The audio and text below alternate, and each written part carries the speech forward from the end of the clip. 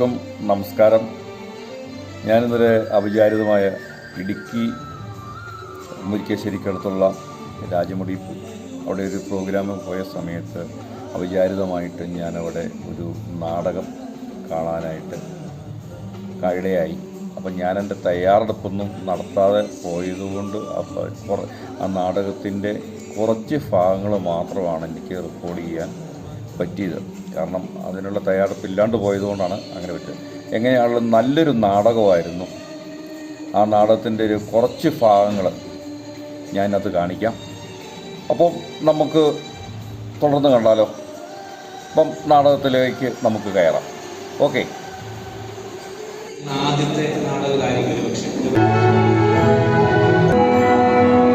പൂർത്തിയായോ ജോസഫ് ആവശ്യത്തിന് സമയമെടുത്തു തീർത്തോ?